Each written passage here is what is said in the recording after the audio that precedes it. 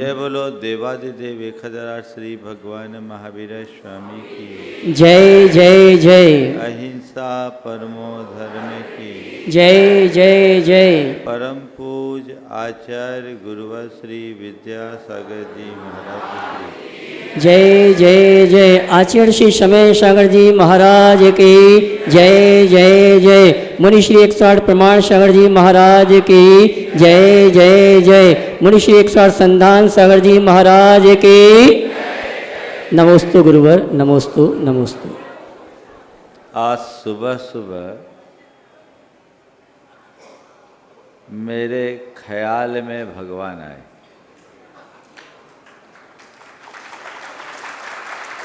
और भगवान ने कहा कि लोग बड़े दुखी हैं, मैं तुम्हें शक्ति देता हूँ, आज तुम सबका दुख हर लो। और इतने में नींद खुल गई। अब क्या करूं? उनने दुख हरने की शक्ति तो दे दी, पर तरकीब नहीं बताई। तो फिर मैंने अपना चिंतन शुरू किया, तो फिर से भगवान को याद किया। तो भगवान ने हमें एक टेक्निक बताई और कहा लोगों को ये तकनीक बांट दो, उनका दुख सुख में परिवर्तित हो जाएगा। और आज मैं प्रवचन करने के लिए नहीं बैठा हूँ, आपके दुख को सुख में परिवर्तित करने की तकनीक बताने वाले हैं। चाहते हैं आप लोग? कौन कौन चाहता है? ये कुछ आगे वाली नहीं चाहती क्या? दोनों है ना? चलो, तो सबसे पहले देखें कि मेरे जीवन में किस किस चीज़ का दुख है। बोलो, आप सब दुखी हो कि सुखी? तो पहले ये बता। हाँ, थोड़ा जोर से बोलो। हाँ, सुखी हैं तो फिर प्रवचन की जरूरत ही नहीं है। जब सुखी हो तो फिर काम ही नहीं है। तो पहले फिर से रिवाइज कर लो। दुखी हो कि सुखी? सुखी? दुखी हो? जब दुखी हो तो कोई पूछता भैया कैसे हो, तो आप क्या बोलते हो? मजे में है। तो जब मजे में है बोलते भी हो और ये भी बोल रहे हो कि हम दुखी हैं, तो मतलब क्या है? इसका मतलब कहते कुछ और हो और होते कुछ और। तो कहीं ऐसा तो नहीं कि आप मुझे खुश करने के लिए बोल रहे हो कि हम दुखी हैं, लेकिन अंदर से अपने आप को सुखी मानते हो? बोलो, दुखी हो पक्का? और एक बार, हम ड्राफ्ट तैयार करके आपकी सिग्नेचर लेना चाहेंगे। सिग्नेचर करोगे? दुखी हो पक्का है ना? अपने आप को सुखी मानते हो कि नहीं? दुखी हो पर मानते सुखी हो, इसीलिए दुखी हो। जिस दिन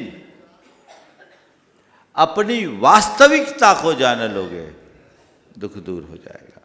चलो देखते हैं, आपके अंदर दुख है, किस किस वजह से दुख है? एक लिस्ट बनाओ, कागज पेन लो, लिखो मैं इस वजह से दुखी हूँ, मैं उस वजह से दुखी हूँ। बनाओ तो थोड़ा सा, तो मेरे देखे लंबी लिस्ट बनेगी। लेकिन उस सब को अगर हम एकीकृत करेंगे तो 4 प्रकार का दुख दिखाई पड़ता है। क्या है? 4 प्रकार का। पहला है कल्पना जन्य दुख, दूसरा है वियोग जन्य दुख है, तीसरा है अभाव जन्य दुख है, और चौथा है परिस्थिति जन्य दुख। पहला, दूसरा वियोगजन, तीसरा अभाव और चौथा अपने सारे दुखों की पड़ताल कर लो। 4 के अलावा 5वीं जाति का दुख तो दिखेगा ही नहीं, मिलेगा ही नहीं, सबका। और ये सारे दुख है अगर पड़ताल करोगे ना तो सब सुख में परिवर्तित हो सकते हैं। अब हम एक पर चर्चा करें, एक की पड़ताल करें। कल्पनाजन्य दुख क्या है? हर मनुष्य की स्थिति है, या तो वो अतीत की स्मृतियों में खोया रहता है या भविष्य की कल्पनाओं में उलझा रहता है। अतीत की स्मृतियों में उलझेगा और भविष्य की कल्पनाओं में खोएगा, यही है ना। आपसे पूछो, मानस में 50 प्रकार की बातें आती, मेरे साथ ऐसा हुआ, वैसा हुआ, उसने ये बोला, उसने वो बोला, ऐसा हुआ था, ये कर लिया, वो कर लिया, ये चीज़ें आती हैं ना। ये क्या है? अतीत, जो सबके सिर का बोझ बना हुआ है। या मुझे ये करना है, मुझे वो करना है, मैं वो ये करूँगा, वो करूँगा, यही है ना। तो चित्त कहाँ भागता है? या तो गा पर या था पर। यही तुम्हारे दुख की गाथा है।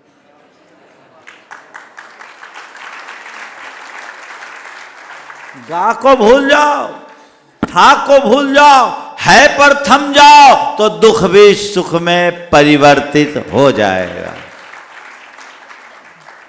क्या हुआ?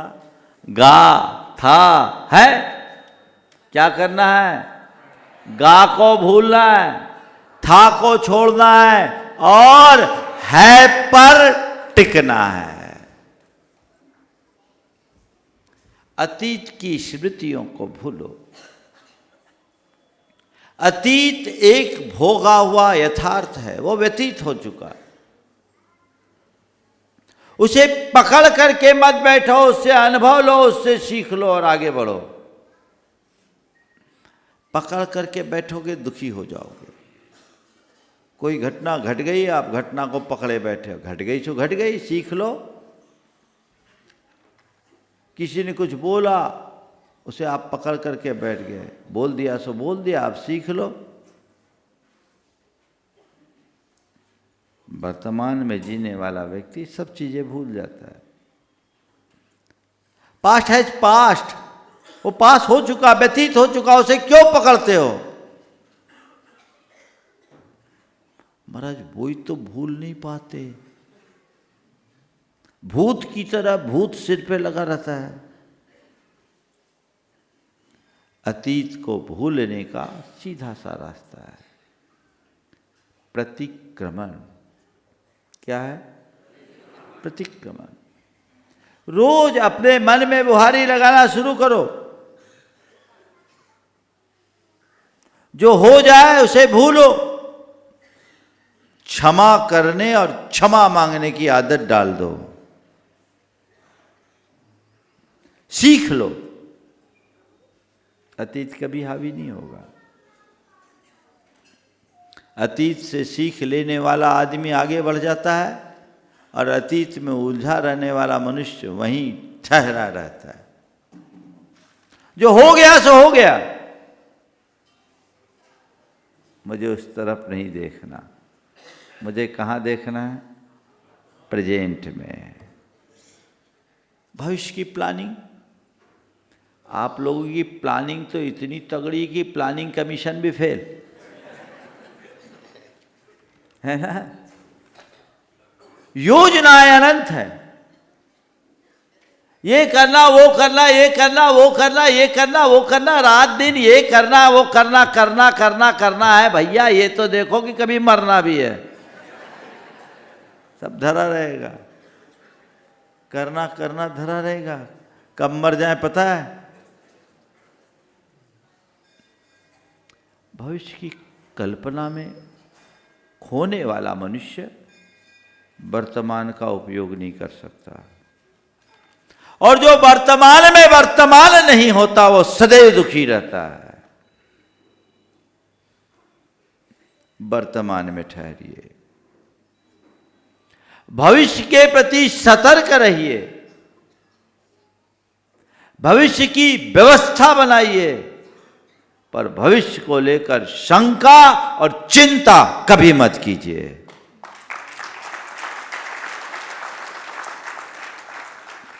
भविष्य के प्रति सतर्क रहना समझदारी है, पर भविष्य की चिंता में उलझ जाना पागलपन।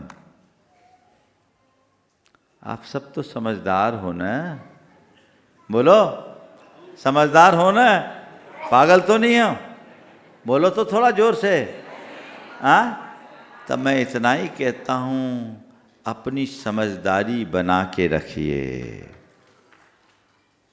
उस पागलपन को अपने चित्त पर रंच मात्र हावी मत होने दीजिए, जीवन बदल जाएगा, काया पलट हो जाएगी, दिशा और दशा सब परिवर्तित हो जाएगी। वर्तमान में जिए, मजे में जिए। मैं हमेशा कहता हूं, पास्ट डस्टबिन है, फ्यूचर नोटिस बोर्ड है, प्रेजेंट हमारे सामने की टेबल है। जो कुछ करना है यहां करो। आज में जीने का अभ्यास करिए। जो आज में जीता वो मजे में जीता है। और बताओ, सुख वर्तमान में है कि अतीत में? भविष्य में भी नहीं है। तो हमें करना क्या है? सुख चाहिए तो अपने दुख को सुख में बदलने का पहला सूत्र क्या है? क्या है? वर्तमान में जियो, प्रेजेंट में रहो। ठीक, आज से आप लोगों ने ये सीख अपना ली। अब प्रेजेंट में रहोगे, 25% दुख गोल खत्म। एक फार्मूला को अपनाने से 25% दुख खत्म हुआ कि नहीं हुआ? बोलो थोड़ा जोर से तो बोलो। तुम लोगों का 25% दुख कम कर रहे हैं और तुम ऐसे मरे मरे बोल रहे। छोटा मोटा काम है, थोड़ा जम के तो बजाओ।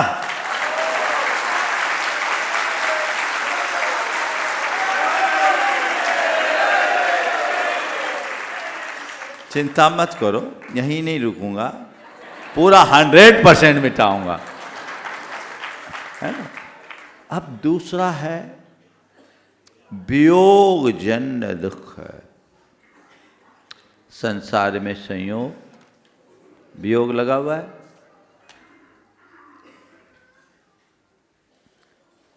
जहां संयोग है वहां वियोग होगा, जहां आना है वहां जाना लगेगा।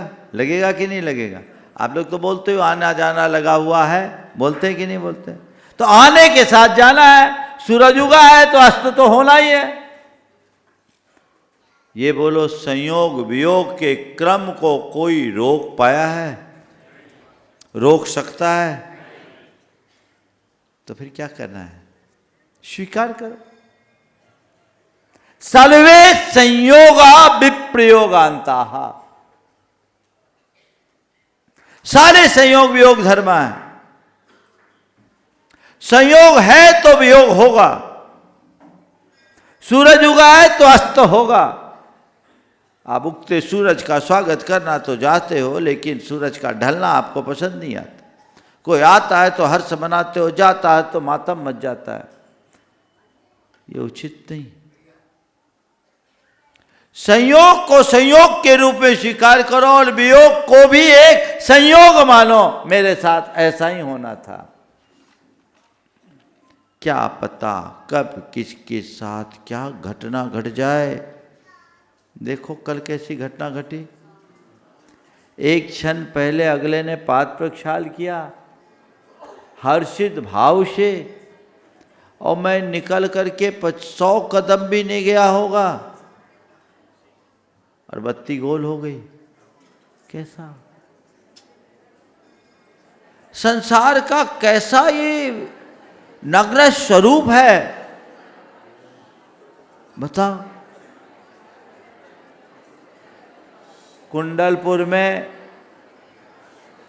समय सागर जी महाराज, आचार्य महाराज के सानिध्य की बात है। चौके में थे सतना का एक परिवार, कैलाश चंद जी शराब की धर्मपत्नी, जिनको बड़ी बाई कहते हैं, पड़गहान किया। चौके में महाराज आए, पूजा की, अर्घ चढ़ाया, अनर्घ पद प्राप्त, अर्घम निरुपामति स्वाहा कहा और वहीं चले गए, खुद चढ़ गई। वहीं सडन कार्डियक अरेस्ट। आजकल तो आए दिन आप लोग देखते हैं। अब इसका उपाय क्या है? वियोग को हम टाल नहीं सकते, वियोग को हम रोक नहीं सकते हैं, पर वियोग में अपनी स्थिरता जरूर बना सकते हैं। मेरे हाथ में ये नहीं कि कोई वियोग ना हो, पर मेरे हाथ में ये जरूर है कि कितना भी वियोग हो मैं स्थिर बना रहूं, स्थिर बना रहूं। तत्व ज्ञान बहुत काम का है। जो उसको स्वीकार लेता है उसके जीवन में स्थिरता आती है, और जो उसको स्वीकार नहीं कर पाता वो बहुत परेशान होता है। अगर आपने ज्ञान अपने भीतर घटित कर लिया, इस टेक्निक को स्वीकार लिया, तो कितना भी बड़ा वियोग हो तुम स्थिर बने रहोगे। एक बहन जी विवाह के 2 वर्ष बाद ही अपने पति को खो दी। 6 महीने का बच्चा, बहुत बड़ा वज्राघात। लेकिन वो तत्वज्ञानी, उसके मन में कोई विकल्प नहीं। मन थोड़ा व्यथित जरूर था, लेकिन वो विचलित नहीं थी। परिवार उसे लेकर मेरे पास आया। उसने जो बात कही सुन के मन आनंदित हो उठा। मैंने जब उसे संबोधा तो उसने कहा, महाराज जी, मैंने आप लोगों से इतना ही सीखा है कि संयोग वियोग लगा हुआ है। उनका मेरा इतने ही दिन का संयोग था, अब चला गया जीव, लौट के नहीं आएगा। और न जाने हमारा किस जीव से किस जीव से कितने कितने जन्मों का, कितने कितने प्रकार का नाता रहा। महाराज, जो जीव चला गया सो चला गया। आप मुझे आशीर्वाद दें कि अब मैं शील, संयम और सदाचार के साथ अपना जीवन बिता सकूं, और इस बच्चे को अच्छे संस्कार के साथ शिक्षित प्रशिक्षित कर सकूं। मुझ में स्थिरता है। आप बताओ। और वो कह रही है अपने माँ बाप, सास ससुर की तरफ इशारा करते हुए, महाराज जी, मैं तो तत्व ज्ञान के बल पर अपने आप को संभाल ली, आप इन्हें थोड़ा संभालिए, इनको संबोधिए कि ये इसे स्वीकार करे। बोलो, और इसके अलावा कोई चारा है? बोलो, है चारा? तो क्या करना चाहिए? वियोग को स्वीकारो। क्षण चाहिए जीवन। विकसते मुरझाने को फूल, उदित होता छिपने को चंद, बरस जाने को भरते मेघ, दीप जलता होने को मन। विकसते मुरझाने को फूल, उदित होता छिपने को चंद, बरस जाने को भरते मेघ, दीप जलता होने को मंद। छलकती जाती है दिन रैन, लबालब तेरी प्याली मीत, मौन होता जाता संगीत। क्षणिक है मत वाले जीवन, क्षणिक है मत वाले जीवन। इसकी वास्तविकता को स्वीकारो। तुम्हारे हृदय में असाधारण पराक्रम प्रकट होगा। तुम्हारे जीवन में संकट आ सकते हैं, कष्ट आ सकते हैं, पर तुम्हारा चित्त बड़े बड़े संकटों और कष्टों में भी स्थिर बना रहेगा, कभी दुखी नहीं होगे। तो दुख सहने के लिए, दुख को सुख में परिवर्तित करने का दूसरा सूत्र है, तत्व ज्ञान को स्वीकारो। किसको स्वीकारो? जीवन की वास्तविकता। तत्व ज्ञान क्या है? तत्व यानी सच, सच्चाई, सार, उसको जानो। जीवन की वास्तविकता को पहचानो और बोलो ये हकीकत है कि नहीं? हाँ, तो मानते क्यों नहीं हो? आंसू काहे को बहाते हो? बोलो। आज आप लोगों की हकीकत क्या है? कोई सोता हो जैसे किसी डूबती हुई किश्ती के तख्ते पर। कोई सोता हो जैसे किसी डूबती हुई किश्ती के तख्ते पर। सच पूछो तो दुनिया की बस यही हकीकत है। इसकी हकीकत है, इसी को तुम झुठला रहे हो। जीवन की दिशा बदलिए, तत्व ज्ञान को अपना करके चलिए। इतना ज्ञान तो अब आप लोगों के पास आ गया। बोलो आ गया कि नहीं आया? इस्तेमाल करोगे? थोड़ा जम से बोलो। करोगे? करोगे? 50% खत्म, 50% तो गोल। बोलो हुआ कि नहीं हुआ? आधा हो गया दुख, अब इतना ही रहने दे। महाराज ऑपरेशन पूरा ही कर दो आप। तीसरा है अभावजन्य दुख। कौन सा दुख? किसी से बोलो भैया क्या करे, मेरे पास ये कमी है, वो कमी है, इसका अभाव है, उसका अभाव है, इसलिए मैं दुखी हूँ। पैसे कम हैं इसलिए मैं दुखी हूँ। परिवार मेरे साथ नहीं है या परिवार नहीं बस पा रहा है इसलिए दुखी हूँ। पहचान नहीं है इसलिए मैं दुखी हूँ, है ना? पैसे कम है, पहचान कम है, पहुंच कम है, परिवार साथ नहीं दे रहा है इसलिए मैं दुखी हूँ। कई लोग बोलते मेरा पुण्य कम है इसलिए मैं दुखी हूँ। ये भी कुछ लोग बोलते हैं। भैया अगर इन कमियों को देखते रहोगे तो थोड़ा ये देखो कि तुम्हें लग रहा है कि मेरे पास पैसे कम है इसलिए मैं दुखी हूँ, तो जो तुम्हारी नज़र में पैसे वाला उसके घर में झांक कर देखो, क्या वो सुखी है? तुम कहते हो मेरा परिवार नहीं बसा इसलिए मैं दुखी हूँ, तो जिनका परिवार बस गया क्या वो सुखी है? देखो। तुम कहते हो मेरे को कोई पहचानता नहीं इसलिए मैं दुखी हूँ, तो जिसकी सारे संसार में पहचान है क्या वो सुखी है? मेरी पहुंच नहीं है इसलिए मैं दुखी हूं। तो जो बड़े पहुंच वाले हैं, क्या वो सुखी हैं?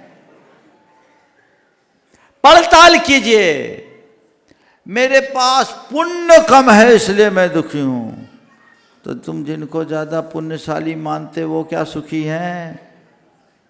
सब दुखी है, एक ही थैली के चट्टे बट्टे हैं, अंतर कहीं नहीं है।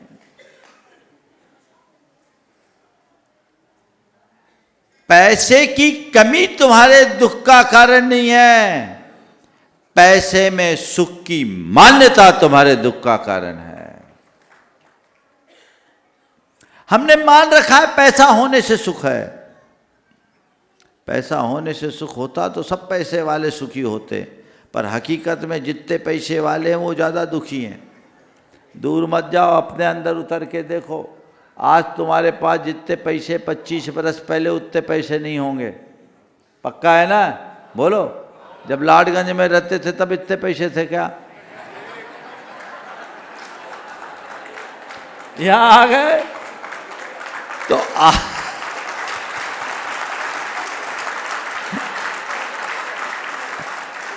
मतलब की बात बहुत जल्दी समझ में आ जाती है।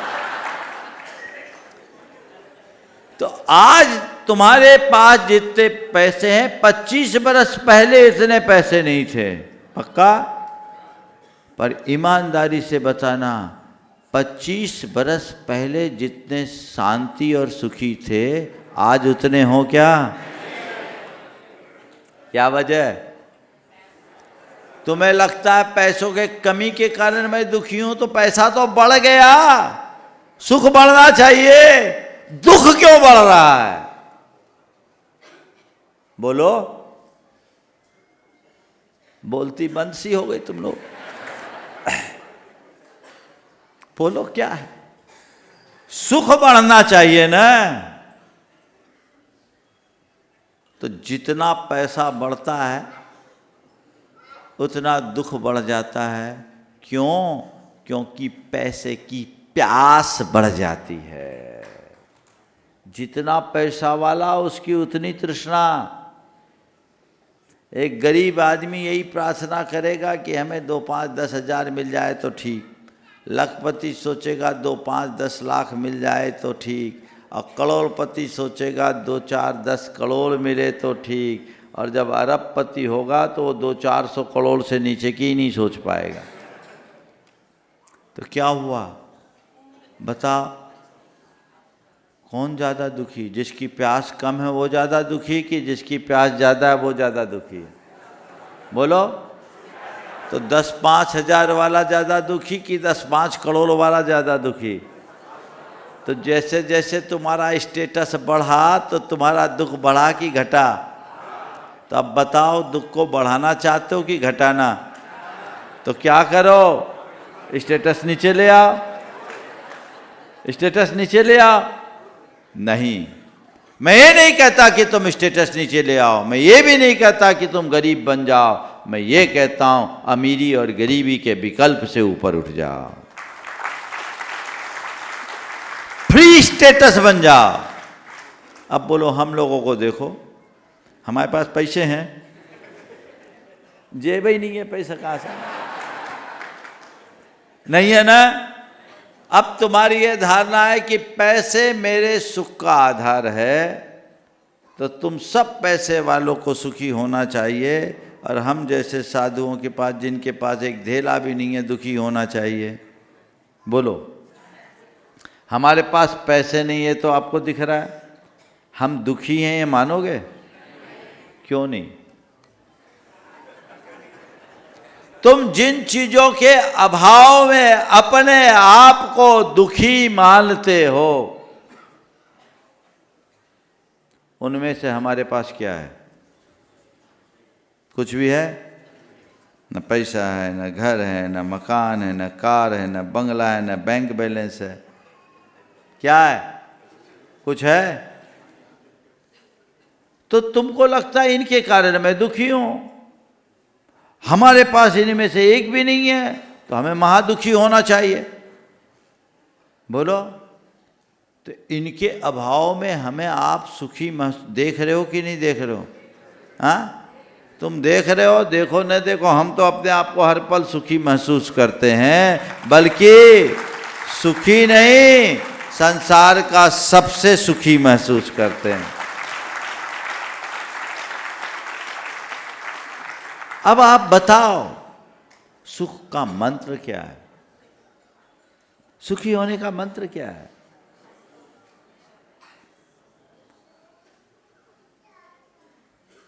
आप दुखी इसलिए नहीं कि आपके पास अभाव है, आपकी दुख की वजह अभाव की अनुभूति है। इसलिए दुखी नहीं कि तुम्हारे पास कोई कमी है, दुखी केवल इसलिए हो कि तुम्हें कमी महसूस हो रही है। और हम सुखी इसलिए नहीं कि हमारे पास सर्व सद्भाव है, और हम सुखी इसलिए हैं कि हमें हमारे मन में समभाव है। जिस दिन हमें अभाव की अनुभूति होने लगेगी, उस दिन हम दुखी होने लगेंगे। और जिन दिन तुम्हारा सद्भाव हमें अखरने लगेगा, उसी दिन हम दुखी हो जाएंगे। तो क्या करो? सुखी होने का तीसरा मंत्र, अपना अभाव और औरों का सद्भाव दोनों से दृष्टि हटा। ना अपने अभाव को महसूस करो और ना दूसरे के सद्भाव से आकर्षित हो। ठहराव हो, संभाव हो। जो है पर्याप्त है, जो प्राप्त है पर्याप्त है, सफिशिएंट। सुखी होने का रास्ता वही है, यही है कि जो प्राप्त है उसको देखो, और दुखी होना है तो जो दूसरों को प्राप्त है उसे देखो। जो अपने पास है उसे देखोगे, सुखी बने रहोगे, और जो गैरों के पास है उसे देखोगे, दुखी हो जाओगे। तो सुखी होने का तीसरा सूत्र क्या है? बोलो, सुखी होने का तीसरा सूत्र क्या है? जो अपने पास है उसको देखना है। क्या देखना है? जो अपने पास है, था जोर से तो बोलो। पूरे देश भर के लोग टीवी में सुन सके आपकी आवाज, थोड़ा जम से बोलो। बोलने के लिए बोला, चिल्लाने के लिए नहीं बोला।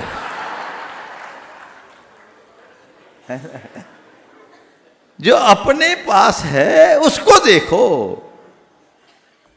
आज से आप लोग देखेंगे पक्का 75% खत्म।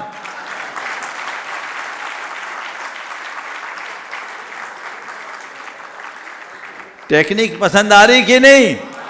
जम के।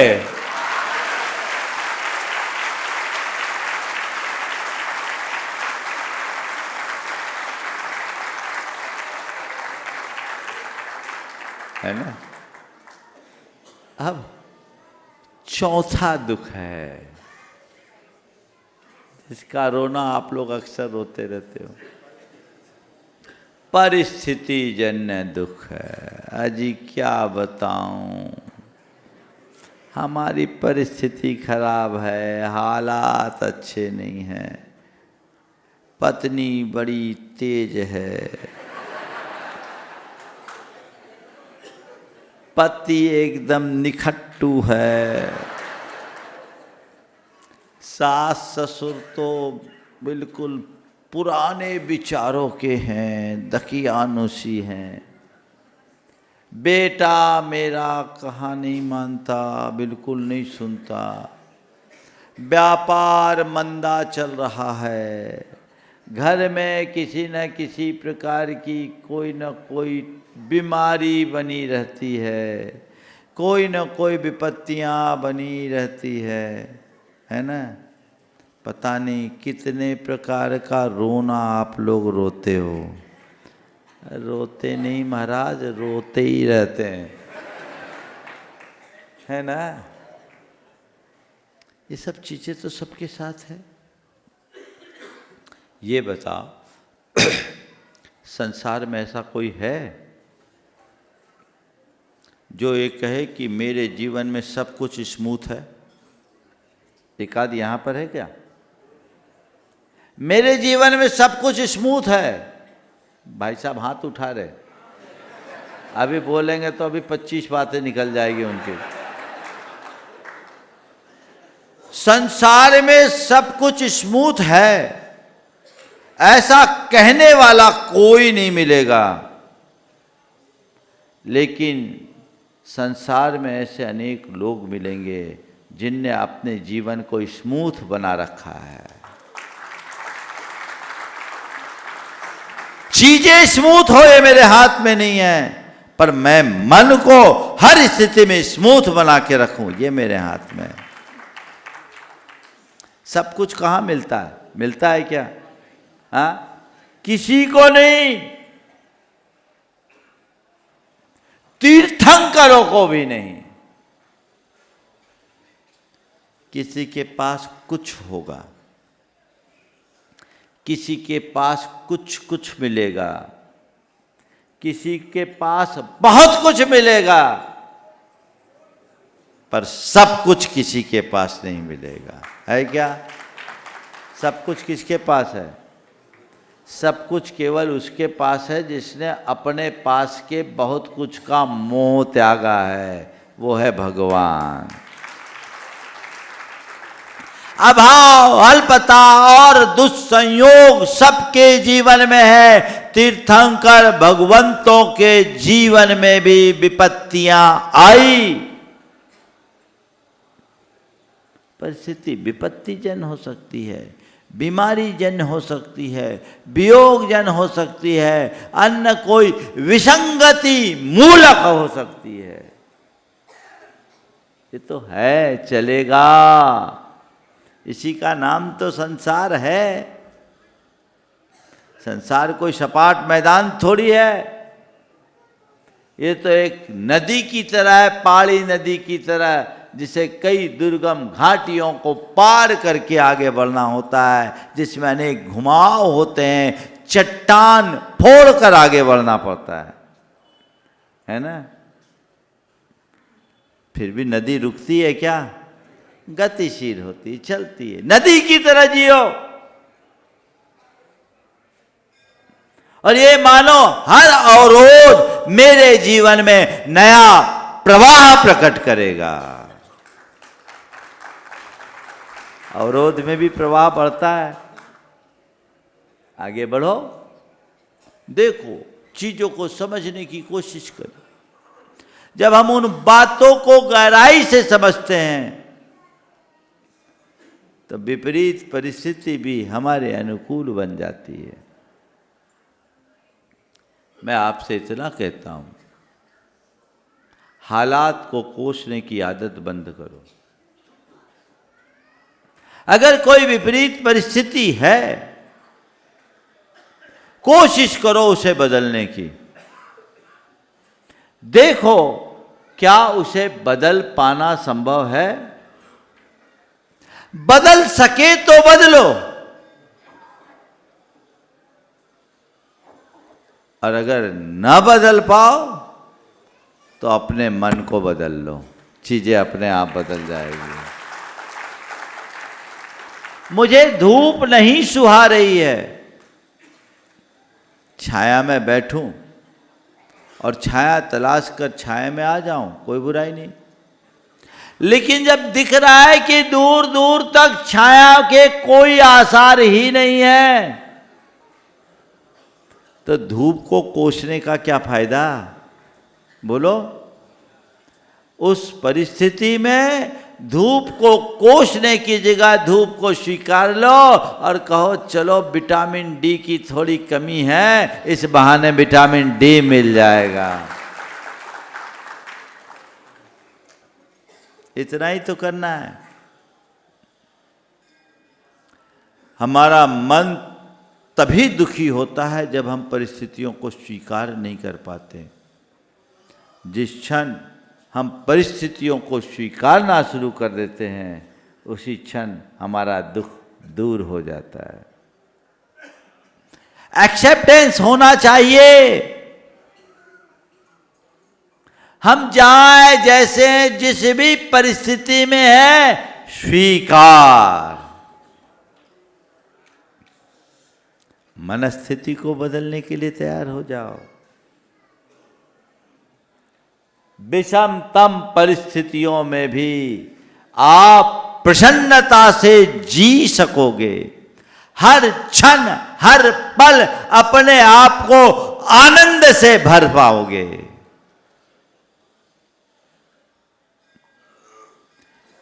एक लड़की की शादी हुई। पिता की इकलौती लड़की होने के कारण उसे कुछ ज़्यादा लाड प्यार मिल गया और लाड प्यार की अधिकता से लड़की में कुछ ज़्यादा वाचालता और उदंडता आ गई। ससुराल गई। उसके व्यवहार से पूरा ससुराल उसके साथ नहीं रह सका और ये भी अपने ससुराली जनों को कोसते रही। 15 रोज हुआ नहीं, अपने पिता को खबर करके कि मुझे यहाँ नहीं रहना, मुझे तो बुला लो। उसका भाई उसे लेने आ गया।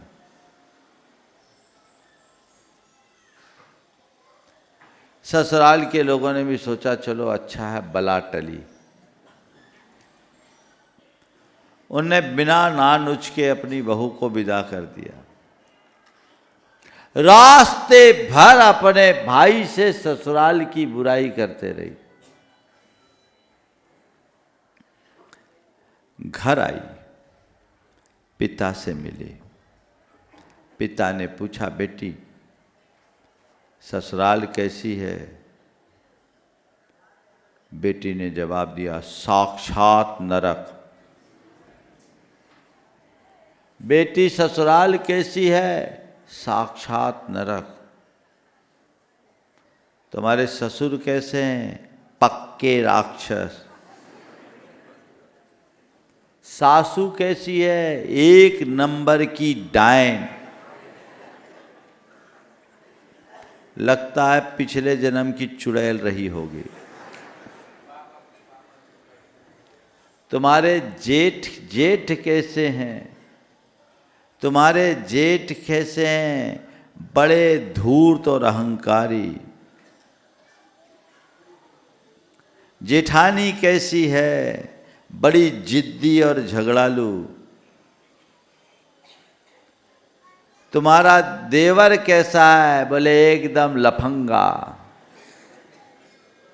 तुम्हारी ननंद कैसी है? बोले एक नंबर की चुगलखोर। और तुम्हारा पति कैसा है? बोला बिना पेंदी का लोटा।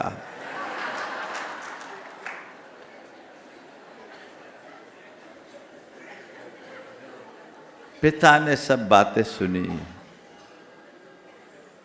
और पिता बड़े अनुभवी थे। पिता को लगा कि सब के सब ऐसे नहीं हो सकते, कहीं ना कहीं कमी मेरी बेटी में है, बदलना बेटी को पड़ेगा। उसने धीरे से बेटी को संबोधा और कहा बेटी निश्चित तेरे दुख से मैं बहुत दुखी हूँ, पर एक गुरु ने मुझे एक मंत्र दिया, मैं तुम्हें देता हूँ। उस मंत्र का तुम 6 महीना प्रयोग करो, पूरा परिवार तुम्हारी मिट्टी मुट्ठी में आ जाएगा। मैं मंत्र देता हूँ। वो तो यही चाहती थी। बस पिता ने कहा बेटा इस मंत्र के साथ एक शर्त है, 6 महीने तक तुम्हें कोई कुछ भी बोले प्रतिक्रिया नहीं करना, जवाब नहीं देना। 6 महीना तुमने साध लिया तो फिर हर कोई तुम्हारी बात मानेंगे और हर कोई तुम्हारी इच्छा को पूरा करेंगे। उसे अच्छा लगा, बोले 6 महीना कोई पहाड़ थोड़ी है, बड़ी बात नहीं। मंत्र ले लिया। पिता ने दोबारा दोहराया कि बेटा तुम्हें जवाब नहीं देना, प्रतिक्रिया नहीं करना। जी पिताजी मैं करूँगी। थोड़े दिन बाद वापस अपने बेटे के साथ बेटी को उनने विदा किया और ससुराल भेजा। वापस आई, ससुराल में थोड़ी कानाफूसी हुई, ये फिर से कहाँ से आ गई, एक बार की यही प्रतिक्रिया हुई। लेकिन लोगों ने देखा कि इस बार उसका व्यवहार कुछ बदला है, जरूर उसके माँ बाप ने इसे कोई अच्छी सीख दी है। धीरे धीरे धीरे धीरे जब देखा कि एकदम से पश्चिम से पूरब में आ गई, सोच ही बदल गई। ये कुछ आपको सब काम करती है, कुछ बोल दो तो बिल्कुल अनसुना करती है, हंसकर टालती है। तो धीरे धीरे लोगों का उसके प्रति रुझान बढ़ने लगा। लोग भी उससे हंस कर के बात करने लगे, उसको मान देने लगे। उसने सोचा मंत्र अच्छा काम कर रहा है, मंत्र अच्छा काम कर रहा है। वो और तत्परता से अपने काम में लग गई और देखा कि 6 महीने में पूरे घर का काया पलट हो गया। कल तक जो किसी को फूटे आंख न सुहाती थी, अब सबकी आंखों की तारा बन गई। कल तक उससे कोई बात करना नहीं चाहता था, अब उससे पीछे बिना कोई बात नहीं होती, सबकी चहेती बन गई। 6 महीने बाद पिता ने फिर से अपनी बेटी को बुलाना चाहा।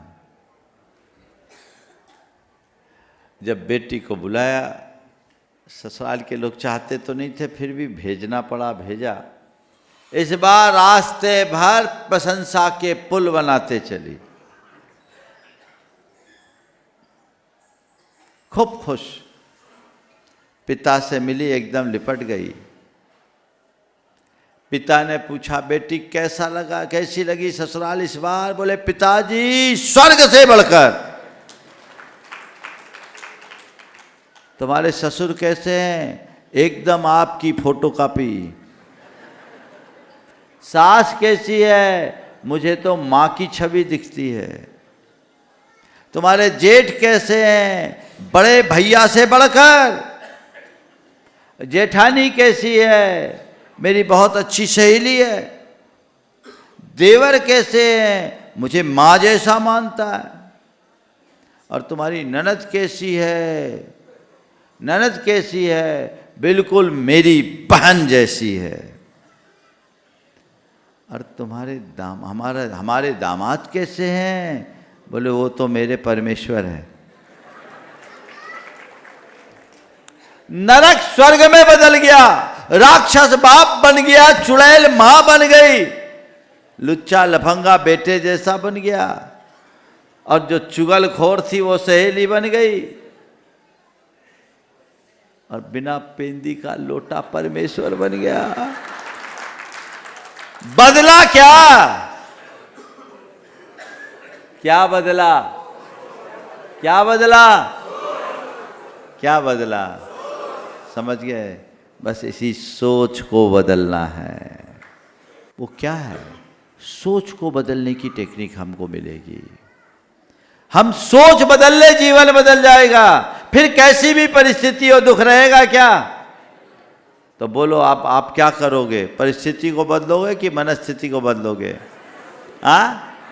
बदलोगे? अब आपका 100% दुख खत्म। 100% है भाई।